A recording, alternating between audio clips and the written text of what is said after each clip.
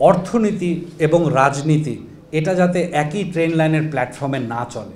এক দশকে অবশ্যই আমাদের দেশ বেশ কিছু ফ্যাক্টরে কিন্তু আমাদের ইকোনমিটা অনেক দূর এগিয়ে গেছিল এবং কোভিড পরবর্তীতে আমরা একটা বড় ধাক্কা খেয়েছি। তারপরে বৈশ্বিক বিভিন্ন জায়গার কনফ্লিক্ট, যুদ্ধের জন্য কিন্তু আমাদের দেশটাকে পৃথিবীর অনেক দেশই কিন্তু ইকোনমিক চ্যালেঞ্জের মধ্যে পড়েছে।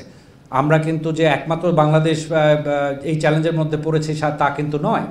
কিন্তু এর উপরে সাথে সাথে যখন আমাদের এখন পোস্ট ফ্যাক্টরে যে ভ্যাট ট্যাক্স বা ইন্টারেস্ট রেট বেড়ে যাওয়া আমাদের জিনিসটাকে আরও, এবং রাজনৈতিক অস্থিতিশীলতা আমাদের এই সমস্যাটাকে আরও ঘনীভূত করে দিয়েছে।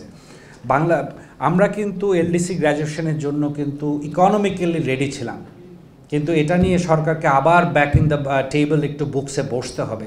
কারণ যখনই আমরা এলডিসি গ্র্যাজুয়েশনের জন্য চলে যাব, আমাদের duty free, quota free, GSP of WTO, World Trade Organization, অনেক কিছুর মধ্যে কিন্তু চেঞ্জেস আসবে। বাংলাদেশ কিন্তু যখনই এলডিসি গ্র্যাজুয়েশন করবে 8 থেকে 10% আমাদের গ্রস এক্সপোর্ট আর্নিংস কমে যাওয়ার একটা বড় চ্যালেঞ্জেস আছে। এবং এর সাথে যে বিভিন্ন ডিফিকাল্টিজ ইন FTA, আমাদের foreign trade agreement and preferential trade agreement, and এটা নিয়েও কিন্তু সরকার থেকে কোনো clear strategy for export diversification আমরা এখনও দেখতে পাইনি। এ ব্যাপারে আমরা সরকারের সাথে ক্লোজলি কাজ করব যাতে capacity building for legal and technical expertise for trade negotiations to deal with anti dumping, countervailing and safeguard measures to protect the emerging domestic industry. এর সাথে সাথে আমাদের developing sector specific strategies for high potential SME industries such as IT, agro processing, leather, jute, goods. বর্তমান সময়ে আমরা সবাই একটি exceptional সিচুয়েশনের মধ্যে দিয়ে যাচ্ছি। ভূ রাজনৈতিক অস্থিরতার কারণে বিশ্বের অনেক দেশই চ্যালেঞ্জের মুখে, যে জিনিসটা আমিও বললাম, এবং আমাদের বাংলাদেশ ব্যতিক্রম নয়। এছাড়াও আমাদের দেশের রাজনৈতিক অস্থিরতা ব্যবসায়িক পরিবেশকে আরও ক্ষতিগ্রস্ত করেছে। বর্তমান সরকার এসব চ্যালেঞ্জ মোকাবেলায় কাজ করছে, তবে আমরা আশা করব ভবিষ্যতে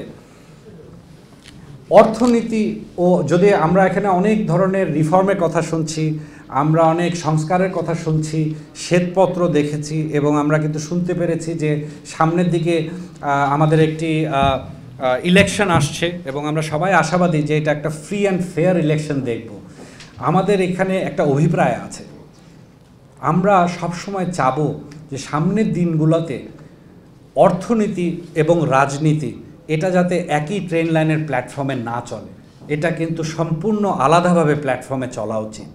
কারণ অর্থনীতি হচ্ছে একটা দেশের বটগাছের স্তম্ভ।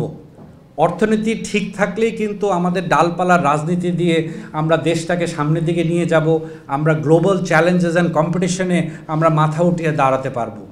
এরকম পৃথিবীতে কিন্তু অনেক ধরনের বেশ কিছু দেশ আছে, যেমন আমরা রিসেন্টলি সাউথ কোরিয়াতে কিন্তু একটা ভীষণ পলিটিক্যাল ইনস্টেবিলিটি দেখছি। আমরা কিন্তু ইংল্যান্ডে দেখি যে 1 বছর 1.5 বছর পর পর সরকার চেঞ্জ হয়ে যায়। জাপানেও কিন্তু এই সেম অবস্থা, কিন্তু ওনারা কিন্তু অর্থনীতিকে আলাদা রেখেছেন, রাজনীতিকে আলাদা রেখেছেন। আমাদের এই দেশে আমরা খুব দুর্ভাগ্যবশত একটা জাতি, বাট এটাকে এইভাবে না বলে আমরা বলবো আমরা একটা রেজিলিয়েন্ট জাতি, আমরা কিন্তু অনেক কর্মঠ জাতি।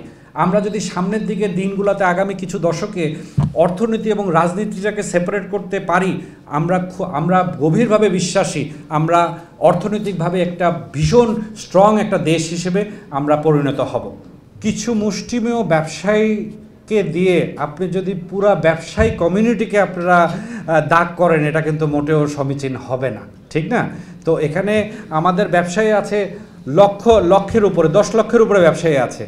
হাতে গোনা কয়েকটা ব্যবসায়ীর জন্য পুরো ব্যবসায়ী দাগ হয়ে যাবে, এটা কিন্তু ঠিক না। সব ব্যবসায়ী কিন্তু ঢোকে না। তো দেশের আইন কে করে? দেশের আইন তো ব্যবসায়ীরা করে না, দেশের আইন করে হলো রাজনীতিবিদরা,